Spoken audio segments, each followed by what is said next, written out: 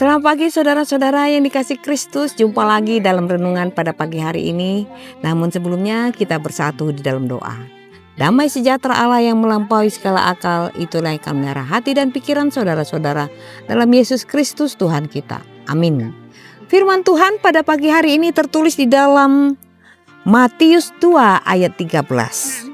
Setelah orang-orang Majus itu berangkat, nampaklah malaikat Tuhan kepada Yusuf dalam mimpi dan berkata, "Bangunlah, ambillah anak itu serta ibunya, larilah ke Mesir dan tinggallah di sana sampai aku berfirman kepadamu, karena Herodes akan mencari anak itu untuk membunuh dia." Demikian firman Tuhan.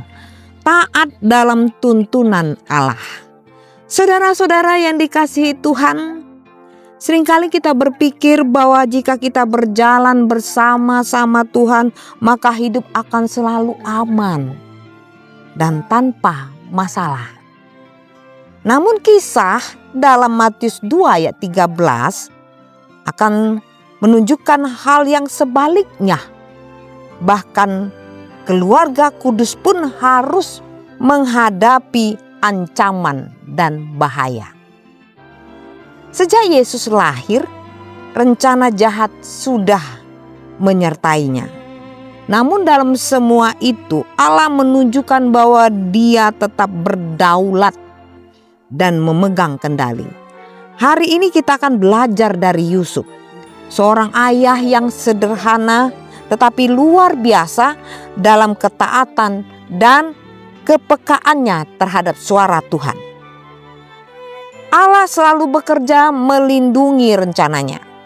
Perhatikan bagaimana Allah berbicara kepada Yusuf melalui mimpi. Allah tahu bahwa Herodes berniat membunuh anak itu dan ia segera bertindak menyelamatkan Tuhan, menyelamatkan bayi Yesus. Saudara, inilah bukti bahwa rencana Allah tidak dapat digagalkan oleh manusia manapun. Meskipun tampak bahwa kuasa dunia yang disimbolkan dalam Herodes lebih besar, Allah tetap berdaulat atas segalanya. Mazmur 121 ayat 4 berkata, "Sesungguhnya tidak terlelap dan tidak tertidur penjaga Israel." Allah tidak pernah lengah mengawasi hidup anak-anaknya.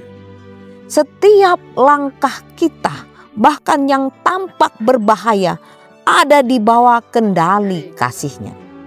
Kadang Allah menyelamatkan kita dengan cara yang tidak kita duga, seperti membawa Yusuf ke Mesir.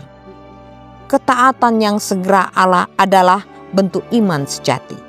Setelah mendengar suara malaikat, Yusuf tidak menunda. Ayat berikutnya berkata bahwa Yusuf pun berangkat. Bangunlah dia, di malam hari juga ia membawa anak itu serta ibunya dan menyingkir ke Mesir. Ia tidak menunggu pagi, tidak menanyakan alasan, tidak meminta tanda tambahan. Ia langsung taat. Saudara, betapa sering kita menunda ketaatan karena ingin menunggu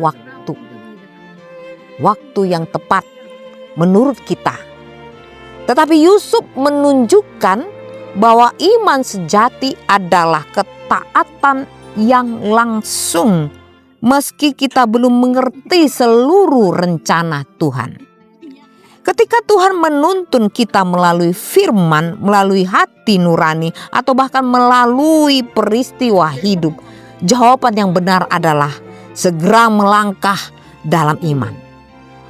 Tuhan menuntun melalui proses, bukan jalan instan. Perjalanan ke Mesir tidak mudah. Itu berarti meninggalkan kampung halaman, hidup sebagai pengungsi, dan menanggung banyak kesulitan. Namun di Mesir Allah menjaga keselamatan anaknya. Kadang Mesir dalam hidup kita bukan tempat yang nyaman, tetapi tempat pemeliharaan dan pembentukan. Yesus pun sejak bayi mengalami penderitaan. Namun semua itu adalah bagian dari rencana keselamatan bagi dunia.